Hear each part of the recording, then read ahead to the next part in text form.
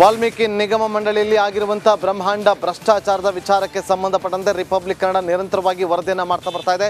ಇವತ್ತು ಇಡಿ ಅಧಿಕಾರಿಗಳು ಎಂಟ್ರಿ ಕೊಟ್ಟಿದ್ದಾರೆ. ರಾಜ್ಯದ 20 ಕಡೆ ದಾಳಿಯನ್ನು ನಡೆಸಿರುವಂತಹ ಇಡಿ ಅಧಿಕಾರಿಗಳು 20 ಕಡೆಯೂ ಕೂಡ ಪರಿಶೀಲನೆಯನ್ನು ಮಾಡ್ತಿದ್ದಾರೆ. ಮಾಜಿ ಸಚಿವ ನಾಗೇಂದ್ರ ಹಾಗೂ ವಾಲ್ಮೀಕಿ ನಿಗಮ ಮಂಡಳಿಯ ಅಧ್ಯಕ್ಷ ಆಗಿರುವಂತಹ ದದ್ದಲ್ ನಿವಾಸದಲ್ಲೂ ಕೂಡ ಸರ್ಚಿಂಗ್ ಆಪರೇಷನ್ ಮುಂದುವರೆದಿದೆ. ಬಹಳಷ್ಟು ಮಾಹಿತಿಯನ್ನು ಕಲೆ ಹಾಕಿ ಒಂದಷ್ಟು ವಿಚಾರಗಳನ್ನು ಪಡೆದುಕೊಂಡು ಸಾಕ್ಷಿಗಳ ಸಮೇತವಾಗಿ ಇಡಿ ಅಧಿಕಾರಿಗಳು ದಾಳಿಯನ್ನು ಮಾಡಿರುವ ಬಗ್ಗೆ ಮಾಹಿತಿ ಲಭ್ಯವಾಗ್ತಾ ಇದೆ. ನೋಡಿ, ಇಡಿ ಅಧಿಕಾರಿಗಳು ಏಕಾಏಕಿ ದಾಳಿಯನ್ನು ಮಾಡೋದಿಲ್ಲ. ಅವರಿಗೆ ದೂರು ಬಂದ ಬಳಿಕ ಅದನ್ನು ದೂರನ್ನು ಸ್ವೀಕರಿಸಿ ಒಂದಷ್ಟು ಮಾಹಿತಿಗಳನ್ನು ಸಂಗ್ರಹಿಸಿ ಆ ಬಳಿಕ ದಾಳಿಯನ್ನು ಮಾಡ್ತಾರೆ. ಆದರೆ ಎಲ್ಲೋ ಒಂದು ಕಡೆ ಇಡಿ ಅಧಿಕಾರಿಗಳು ತಡವಾಗಿ ದಾಳಿ ಮಾಡಿದ್ರಾ ಅನ್ನುವ ಪ್ರಶ್ನೆ ಕೂಡ ಉದ್ಭವ ಆಗ್ತಾ ಇದೆ.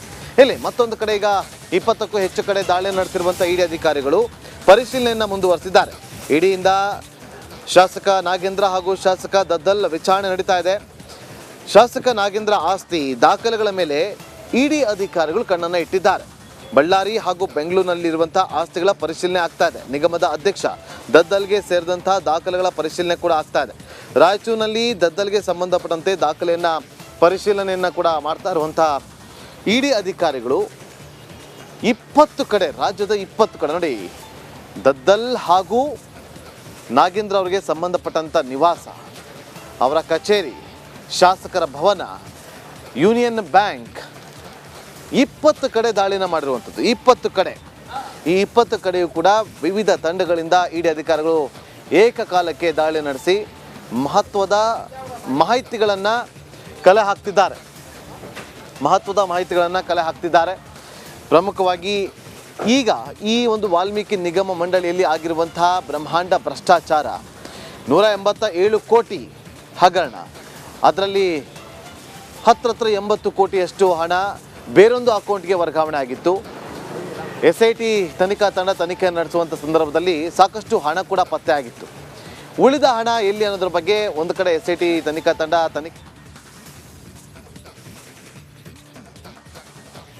ಮೈಸೂರಿನಲ್ಲಿ ನಡೆದಿರ್ತಕ್ಕಂಥ ಭೂ ಕಬಳಿಕೆ ಹಗರಣಕ್ಕೆ ಸಂಬಂಧಿಸಿದಂತೆ ಹೇಳೋದಾದರೆ, ನೇರವಾಗಿ ಹೇಳ್ತಾನೆ, ಮಾನ್ಯ ಮುಖ್ಯಮಂತ್ರಿಗಳು ಸಿದ್ದರಾಮಯ್ಯನವರ ಒಂದು ಮುಖವಾಡ ಇವತ್ತು ಕಳಚಿ ಬಿದ್ದಿದೆ ಅಂತಕ್ಕಂಥದ್ದನ್ನು ನಾನು ನೇರವಾಗಿ ಹೇಳೋದಕ್ಕೆ ಇಚ್ಛಪಡ್ತೇನೆ. ಹೇಗಾದರೂ ಸರಿ ಬೆಲೆ ಬಾಳ್ತಕ್ಕಂಥ ಭೂಮಿಯನ್ನು ಕಬಳಿಸಬೇಕು, ನಿಯಮಗಳನ್ನು ಗಾಳಿಗೆ ತೂರಿ ಅಧಿಕಾರದ ಪ್ರಭಾವನ ಬಳಸಿಕೊಂಡು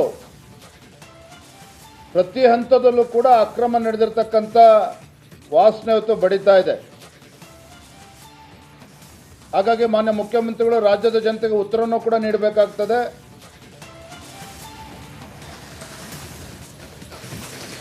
ಇನ್ನು ಇಡಿ ಅಧಿಕಾರಿಗಳು ಡಾಲರ್ಸ್ ಕಾಲೋನಿಯಲ್ಲಿರುವಂತಹ ಇದೇ ಒಂದು ನಾಗೇಂದ್ರ ಅವರ ನಿವಾಸದ ಮೇಲೆ ದಾಳಿಯನ್ನು ಮಾಡಿದಾಗ ನಿವಾಸದಲ್ಲಿ ಯಾರೆಲ್ಲ ಇದ್ರು ಅನ್ನೋದ್ರ ಬಗ್ಗೆ ಕೂಡ ಈಗ ಕುತೂಹಲ ಇರುವಂಥದ್ದು. ಅದಕ್ಕೆ ಸಂಬಂಧಪಟ್ಟಂತೆ ಮಾಹಿತಿ ರಿಪಬ್ಲಿಕ್ ಕನ್ನಡಕ್ಕೆ ಲಭ್ಯ ಆಗಿದೆ. ಇಡಿ ಅಧಿಕಾರಿಗಳು ದಾಳಿ ಮಾಡಿದಂಥ ಸಂದರ್ಭದಲ್ಲಿ ನಿವಾಸದಲ್ಲಿ ನಾಗೇಂದ್ರ ಪತ್ನಿ ಇವರೆಲ್ಲರೂ ಕೂಡ ಇದ್ರು ಅನ್ನುವ ಮಾಹಿತಿ ಈಗ ರಿಪಬ್ಲಿಕ್ ಕನ್ನಡಕ್ಕೆ ಲಭ್ಯವಾಗಿದೆ. ಇಡಿ ಅಧಿಕಾರಿಗಳು ದಾಳಿಯನ್ನು ಮಾಡಿ ಎಲ್ಲರನ್ನೂ ಕೂಡ ವಿಚಾರಣೆಗೊಳಪಡಿಸಿದ್ದಾರೆ.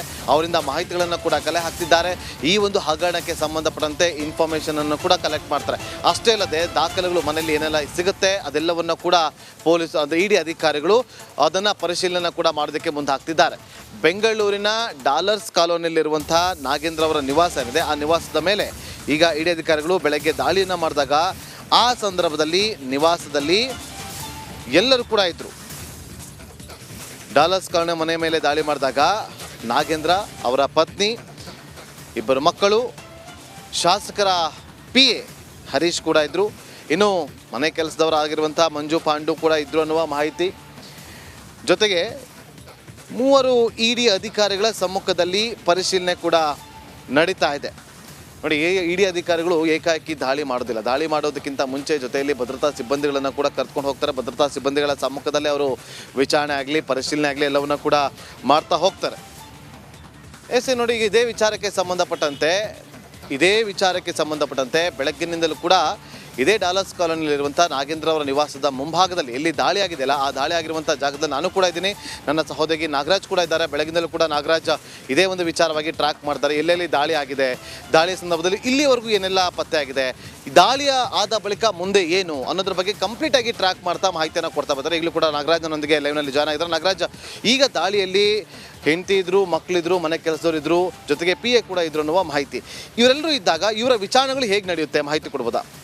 ಖಂಡಿತ ನಾಗೇಂದ್ರ, ಏನು ಈ ಒಂದು ಪ್ರಕರಣಕ್ಕೆ ಸಂಬಂಧಿಸಿದಂತೆ ಇಡಿ ಅಧಿಕಾರಿಗಳು ದಾಳಿಯನ್ನು ಮಾಡಿದರೆ, ದಾಳಿ ವೇಳೆಯಲ್ಲಿ ಒಂದಷ್ಟು ವಿಚಾರಗಳು ಅಂದರೆ ಯಾರೆಲ್ಲ ಮನೆಯಲ್ಲಿರ್ತಾರೆ ಅವರನ್ನೆಲ್ಲ ಒಂದು ಕಡೆ ಕೂರಿಸಿ ಈ ಒಂದು ಮನೆಯಲ್ಲಿ ಏನೆಲ್ಲ ಸಿಗುತ್ತೆ ಅನ್ನೋದ್ರ ಬಗ್ಗೆ ಏನು ಹಿಂದಿನ ದಿನವೇ ಒಂದು ದಾಳಿ ಮಾಡೋದಕ್ಕೂ ಮೊದಲು ನ್ಯಾಯಾಲಯದಿಂದ ಒಂದು ಸರ್ಚ್ ವಾರೆಂಟನ್ನು ಪಡೆದುಕೊಂಡಿರ್ತಾರೆ. ಅದನ್ನು ಮುಂದಿಟ್ಕೊಂಡು ಮನೆಯಲ್ಲಿ ಸಂಪೂರ್ಣವಾಗಿ ಒಂದು ಪರಿಶೀಲನೆಯನ್ನು ಮಾಡುವಂಥದ್ದು. ಪರಿಶೀಲನೆ ಬಳಿಕ ಯಾವೆಲ್ಲ ವಸ್ತುಗಳು ಸಿಕ್ಕಿದ್ವು ಮತ್ತು ಇಡಿ ಅಧಿಕಾರಿಗಳಿಗೆ ಏನು ಪರ್ಟಿಕ್ಯುಲರ್ ಆಗಿ ಒಂದು ಮೆಸೇಜ್ ಇರುತ್ತೆ ಅಥವಾ ಮಾಹಿತಿ ಇರುತ್ತೆ, ಆ ಮಾಹಿತಿಯನ್ನು ಆಧರಿಸಿ ಸ್ಥಳದಲ್ಲೇ ಒಂದು ಸಂಬಂಧಪಟ್ಟ ಅಂದರೆ ಆರೋಪಿತ ಸ್ಥಾನದಲ್ಲಿ ಯಾರಿರ್ತಾರೆ, ಅದು ನಾಗೇಂದ್ರ ಇರ್ಬೋದು ಅಥವಾ ಅವರಿಗೆ ಸಂಬಂಧಿಸಿದಂತೆ ಏನಾದರೂ ದಾಖಲೆಗಳು ಸಿಕ್ಕಿದ್ರೆ ಅಲ್ಲಿ ಮನೆಯಲ್ಲಿರ್ತಕ್ಕಂಥ ಇತರರನ್ನ ವಿಚಾರಣೆ ಮಾಡುವಂಥದ್ದು. ಪ್ರಾಥಮಿಕವಾಗಿ ಇಷ್ಟು ಮುಗಿದ ಬಳಿಕ ಅಲ್ಲಿ ಸಿಗುವಂಥ ವಸ್ತುಗಳು, ಇಷ್ಟು ವಸ್ತುಗಳು ಸಿಕ್ಕಿದಾವೆ, ಇಷ್ಟು ಇದಾಗಿದೆ, ನಿಮ್ಮ ಮನೆ ಮೇಲೆ ಇಷ್ಟೊತ್ತಿಗೆ ದಾಳಿ ಮಾಡಿದ್ವಿ ಅಂತೇಳಿ ಸಂಪೂರ್ಣವಾಗಿ ಒಂದು ಮಹಜರನ್ನು ಏನು ಒಂದು ಲೆಟರನ್ನು ರೆಡಿ ಮಾಡ್ತಾರೆ. ಇಷ್ಟೆಲ್ಲ ವಸ್ತುಗಳಿದ್ದಾವೆ, ಅದಕ್ಕೆ ಏನು ಖುದ್ದು ಮನೆಯ ಮಾಲೀಕರಾದಂಥ ನಾಗೇಂದ್ರ ಅವರಿಂದ ಸಹಿಯನ್ನು ಪಡೆದು ಅವಶ್ಯಕತೆ ಇದ್ದರೆ ಏನು ಈ ಒಂದು ಪ್ರಕರಣಕ್ಕೆ ಸಂಬಂಧಿಸಿದಂತೆ ಸಾಕಷ್ಟು ಪುರಾವೆಗಳು, ಸಾಕಷ್ಟು ಸಾಕ್ಷ್ಯಗಳು ಅವರ ಮನೆಯಲ್ಲಿ ಆ ಕ್ಷಣಕ್ಕೆ ಸಿಕ್ಕಿದ್ದೆ ಆದರೆ ಅಲ್ಲೇ ಅವರನ್ನು ಬಂಧನ ಮಾಡುವ ಒಂದು ಪ್ರಕ್ರಿಯೆ ಆಗುತ್ತೆ. ಆದರೆ ಈ ಬಂಧನ ಮಾಡೋಕ್ಕೂ ಮೊದಲು ಯಾವುದೇ ಸಾಕ್ಷಿಗಳು, ಒಂದಷ್ಟು ಸಾಕ್ಷಿಗಳಿದ್ದು ಅದನ್ನು ಮತ್ತಷ್ಟು ಅನಾಲಿಸಿಸ್ ಮಾಡಬೇಕಾಗಿದ್ದರೆ ಅದನ್ನು ಕಚೇರಿಗೆ ತೆಗೆದುಕೊಂಡು ಹೋಗುವ ಒಂದು ಪ್ರಕ್ರಿಯೆ ಆಗುತ್ತೆ. ಮತ್ತು ನೋಟಿಸ್ ಕೊಟ್ಟು ನೀವು ಇಂಥ ದಿನ ವಿಚಾರಣೆಗೆ ಬನ್ನಿ ಅಂತೇಳಿ ಸೂಚಿಸಿ ಹೋಗುವ ಸಾಧ್ಯತೆ ಇರ್ತದೆ. ಈ ಸದ್ಯಕ್ಕೆ ಈ ಪ್ರಕರಣದಲ್ಲಿ ಇನ್ನೂ ದಾಖಲೆಗಳಿಗಾಗಿ ಪರಿಶೀಲನೆಯನ್ನು ಮುಂದುವರೆಸಿರ್ತಕ್ಕಂಥದ್ದು ಸದ್ಯ SIT ಅಧಿಕಾರಿಗಳು. ಇನ್ನು ಯಾವ ಪ್ರಮಾಣದಲ್ಲಿ ದಾಖಲೆಗಳು ಸಿಕ್ಕಿದ್ದಾವೆ, ಇದಕ್ಕೆ ವಾಲ್ಮೀಕಿ ನಿಗಮದ ಒಂದು ಹಗರಣ ಏನಿದೆ ಇದಕ್ಕೆ ಸಂಬಂಧಿಸಿದಂತೆ ಎಷ್ಟು ದಾಖಲೆಗಳು ಸಿಕ್ಕಿದ್ದಾವೆ ಇನ್ನೂ ಪ್ರಶ್ನೆ ಆಗಿರ್ತಕ್ಕಂಥದ್ದು. ಇದರ ಬಗ್ಗೆ ಇಡೀ ಇನ್ನಷ್ಟೇ ಮಾಹಿತಿಯನ್ನು ಕೊಡಬೇಕಾಗಿರ್ತಕ್ಕಂಥದ್ದು. ಸದ್ಯಕ್ಕೆ ಪರಿಶೀಲನೆ ಮುಂದುವರಿತಾ ಇರ್ತಕ್ಕಂಥದ್ದು ಒಂದು ಕಡೆ ಆದರೆ, ಮತ್ತೊಂದು ಪ್ರಕರಣ ಈ ಒಂದು ಪ್ರಕರಣಕ್ಕೆ ಸಂಬಂಧಿಸಿದಂತೆ ಯಾವುದೇ ಒಂದು ಮಹತ್ತರ ದಾಖಲೆಗಳು ಸಿಗ್ತಾ ಇಲ್ಲ ಅನ್ನೋ ಒಂದು ಮಾಹಿತಿ ಇಡಿ ವಲಯದಿಂದ ಬರ್ತಾ ಇರ್ತಕ್ಕಂಥದ್ದು. ಯಾಕಂತಂದರೆ ಏನು ಈಗಾಗಲೇ ಈ ಒಂದು ಪ್ರಕರಣಕ್ಕೆ ಸಂಬಂಧಿಸಿದಂತೆ ಏನು ಮೇ 27ನೇ ತಾರೀಕು ಚಂದ್ರಶೇಖರನ್ನ ಆತ್ಮಹತ್ಯೆ ಆಗುತ್ತೆ, ಜೂನ್ 1ನೇ ತಾರೀಕು ರಾಜ್ಯ ಸರ್ಕಾರ ಈ ಪ್ರಕರಣಕ್ಕೆ ಸಂಬಂಧಿಸಿದಂತೆ SITಯನ್ನು ನೇಮಕ ಮಾಡುತ್ತೆ, ಅದಾದಮೇಲೆ ಜೂನ್ 3ನೇ ತಾರೀಕು CBIನಲ್ಲಿ FIR ಆಗುತ್ತೆ. ಇದಾದ ಬಳಿಕ ಇಷ್ಟು 40 ದಿನಗಳ ಅವಧಿ ನಂತರ ದಾಳಿ ಆಗ್ತಾ ಇರೋದ್ರಿಂದ ಈ ದಾಖಲೆಗಳನ್ನೆಲ್ಲ ತಪ್ಪಿಸ್ಕೊಳ್ಳೋದಕ್ಕೆ ಮತ್ತೆ ಈ ಒಂದು ಇಡೀ ದಾಳಿಯನ್ನು ಎಕ್ಸ್ಪೆಕ್ಟ್ ಮಾಡಿರೋ ರೀತಿ ಕಾಣ್ತಾ ಇರ್ತಕ್ಕಂಥದ್ದು. ನಾಗರಾಜ್ ನೋಡಿ, ಈಗ ಪ್ರಮುಖವಾಗಿ ಮನೆಯಲ್ಲಿ ಇಷ್ಟು ಜನ ಇದ್ರು, ಮತ್ತೊಂದು ಕಡೆ ಕಚೇರಿ ಆಗಿರ್ಬೋದು, ಇನ್ನೊಂದು ಕಡೆ ಅವರ ಬಳ್ಳಾರಿ ನಿವಾಸಗಳಾಗಿರ್ಬೋದು, ಈ ಎಲ್ಲ ಜಾಗದಲ್ಲೂ ಕೂಡ ದಾಳಿಯನ್ನು ಮಾಡಿರುವಂಥ ಇಡಿ ಅಧಿಕಾರಿಗಳು ಪ್ರಮುಖವಾಗಿ ಏನು ಮಾಹಿತಿಯನ್ನು ಕಲೆ ಹಾಕ್ತಾರೆ, ಏನು ಪ್ರಮುಖವಾದಂಥ ದಾಖಲೆಗಳನ್ನು ಅವರು ಪರಿಶೀಲನೆ ಮಾಡ್ತಾರೆ?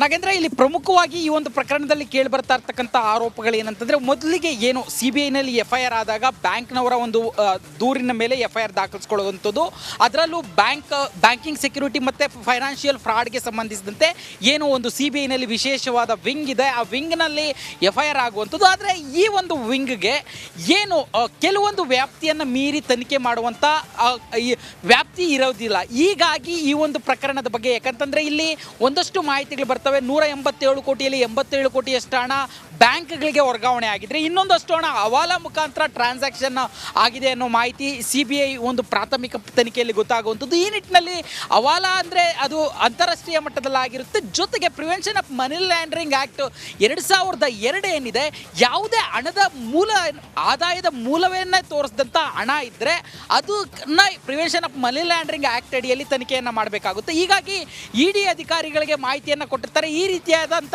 ಅಂಶಗಳು ಈ ಒಂದು ಪ್ರಕರಣದಲ್ಲಿ ಕಂಡು ಬರ್ತಾ ಇದ್ದಾವೆ. ಹೀಗಾಗಿ ಇಡಿ ಅಧಿಕಾರಿಗಳು ಈ ಒಂದು ಪ್ರಕರಣದ ತನಿಖೆಯನ್ನು ಮಾಡಬೇಕು ಅನ್ನೋ ಒಂದು ಹಿನ್ನೆಲೆಯಲ್ಲಿ CBI ಅಧಿಕಾರಿಗಳು ಒಂದು ಮಾಹಿತಿಯನ್ನು ಕೊಡ್ತಾರೆ. ಅದನ್ನು ಆಧರಿಸಿ ಪ್ರಾಥಮಿಕವಾಗಿ ಒಂದು ಏನು ಸರ್ವೆಯನ್ನು ಮಾಡ್ತಾರೆ ಮತ್ತು ಇನ್ವೆಸ್ಟಿಗೇಷನ್ ಪ್ರಿಲಿಮಿನರಿಯಾಗಿ ಇಡಿ ಅಧಿಕಾರಿಗಳು ಇನ್ವೆಸ್ಟಿಗೇಷನ್ ಮಾಡ್ತಾರೆ. ಇದರಲ್ಲಿ ಪ್ರಮುಖವಾಗಿ ಕಂಡು ಬರುವಂಥದ್ದು ಏನಂತಂದರೆ, ಇಲ್ಲಿ ಏನು ಆರೋಪಿಗಳ ಬಳಿ ಸಿಕ್ಕಿರ್ತಕ್ಕಂಥ ಹಣದ ಮೂಲ ಗೊತ್ತಾಗಲ್ಲ, ಜೊತೆಗೆ ಹವಾಲಾ ಆಗಿರೋ ಸಾಧ್ಯತೆ ಕಂಡು ಬರುತ್ತೆ. ಈ ಹಿನ್ನೆಲೆಯಲ್ಲಿ ಇವತ್ತು ಇಡಿ ಅಧಿಕಾರಿಗಳು ದಾಳಿ ಮಾಡಿರುವಂಥದ್ದು. Nagendra, okay, thank you Nagaraj, ನಿಮ್ಮೆಲ್ಲ ಮಾಹಿತಿಗಾಗಿ.